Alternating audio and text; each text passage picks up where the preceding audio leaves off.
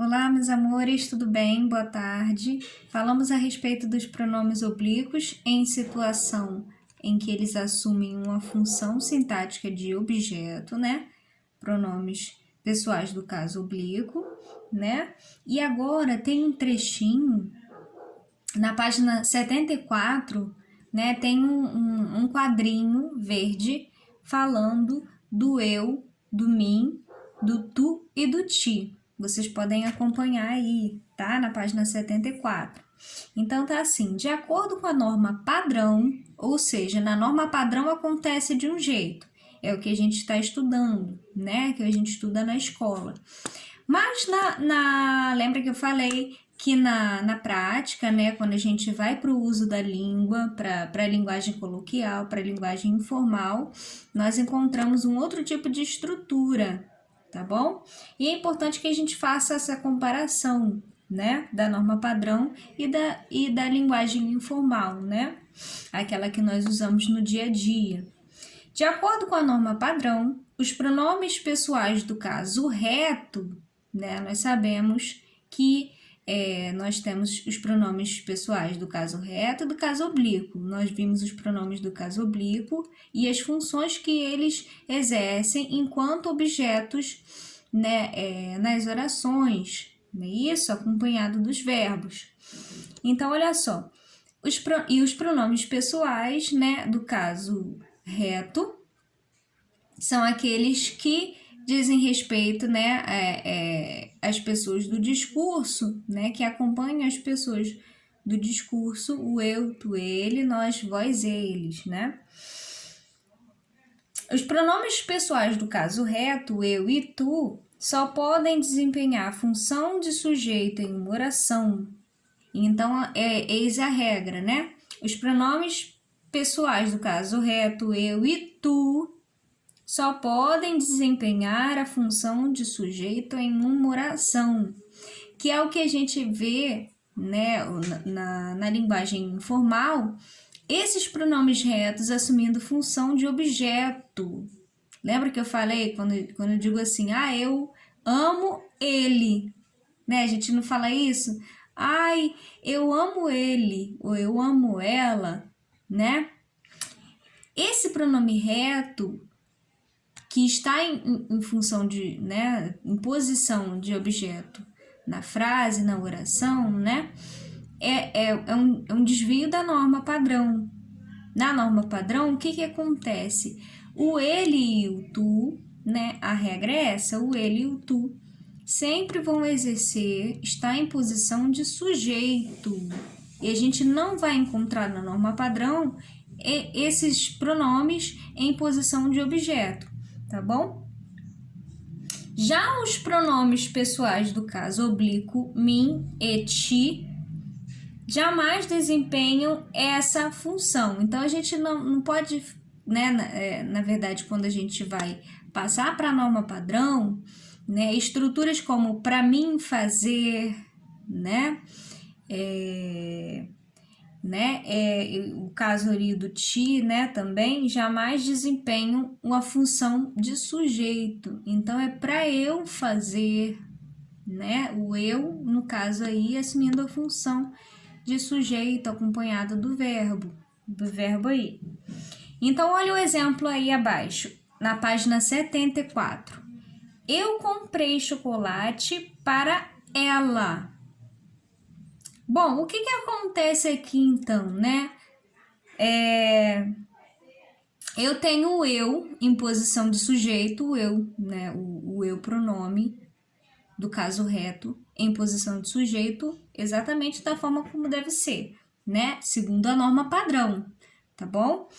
Eu comprei chocolate para ela. Eu, sujeito, comprei. Eu sei que é um verbo transitivo, né? Direto e indireto, ele é bitransitivo, porque quem compra algo a alguém, para alguém, né?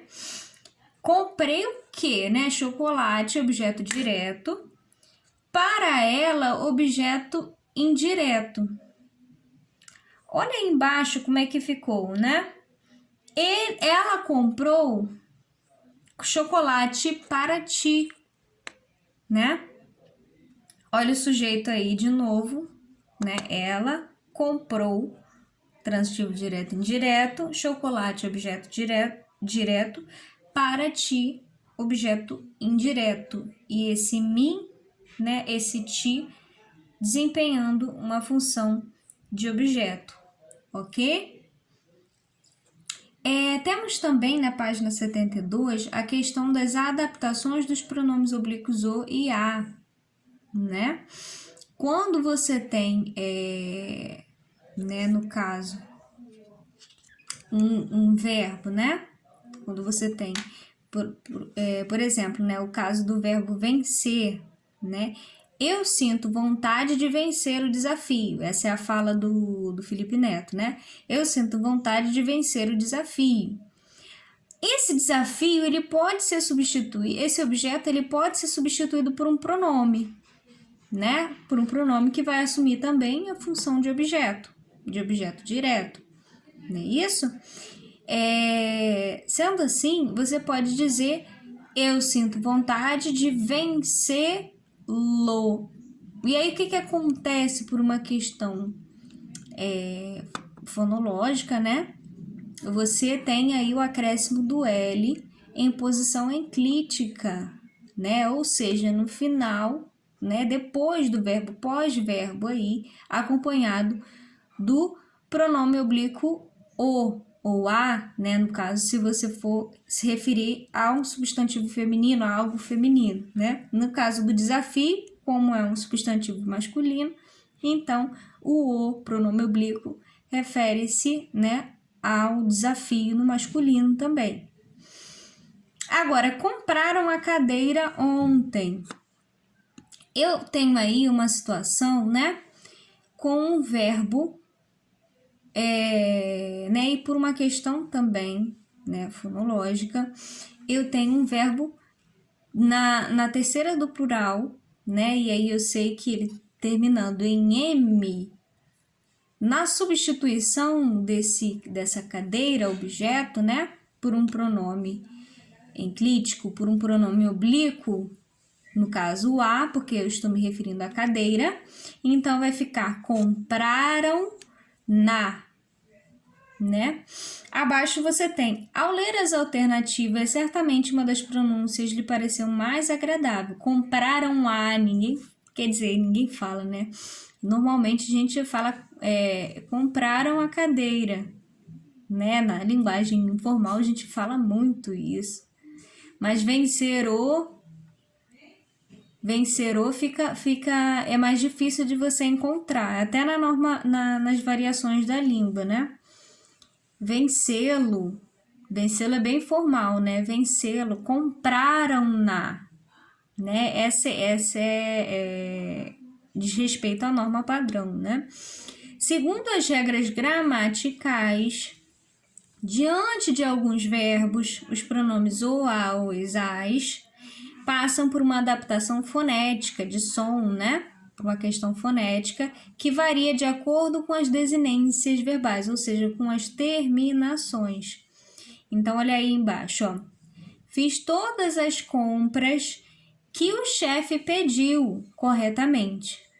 Filas, olha só como é que fica, né? Filas corretamente. Fiz, você retirando o Z, né, no caso aí, mais o las que entra no caso, tá bom? Olha o exemplo aí do põe o sapato agora. Põe no agora. O verbo pôr, há uma queda, né, do R, e aí o acréscimo do N, porque é né, como você tem uma vogal aí nasal, né, no caso aí com uma marca de nasalidade, você utiliza por uma questão fonética, eu falei que fonológica, uma questão fonética, você utiliza o recurso aí do N, né, para poder auxiliar. Põe no, agora. Olha só que interessante que fica, né? Então, segundo a norma padrão, você faz dessa forma. Então, só para a gente poder complementar essa parte dos pronomes oblíquos, né? Em situação de objeto. E agora a gente vai falar de predicação verbal. Lá na página 86, tá? Começamos a falar de predicação verbal. Lembrando que quando nós estávamos falando de predicação, né? E aí a gente entra em predicação, né? Em termos essenciais e nos termos essenciais. Nós vimos os sujeitos, né? Os tipos de sujeito.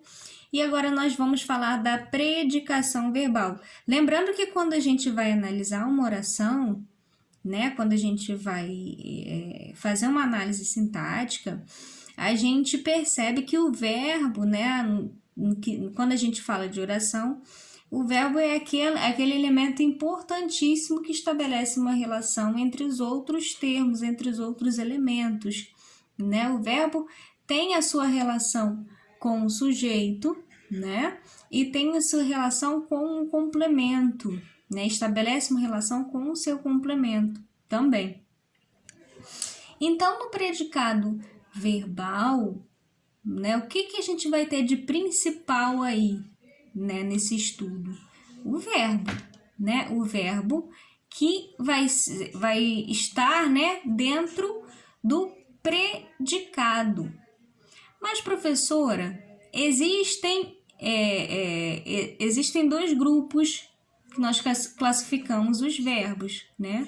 Quer dizer, existem outros, né? Porque a gente tem os verbos defectivos, os anômalos, tem vários outros grupos, né? Mas assim, quando a gente vai pensar na questão da predicação verbal, a gente pensa no grupo dos verbos nocionais e no grupo dos verbos relacionais, tá?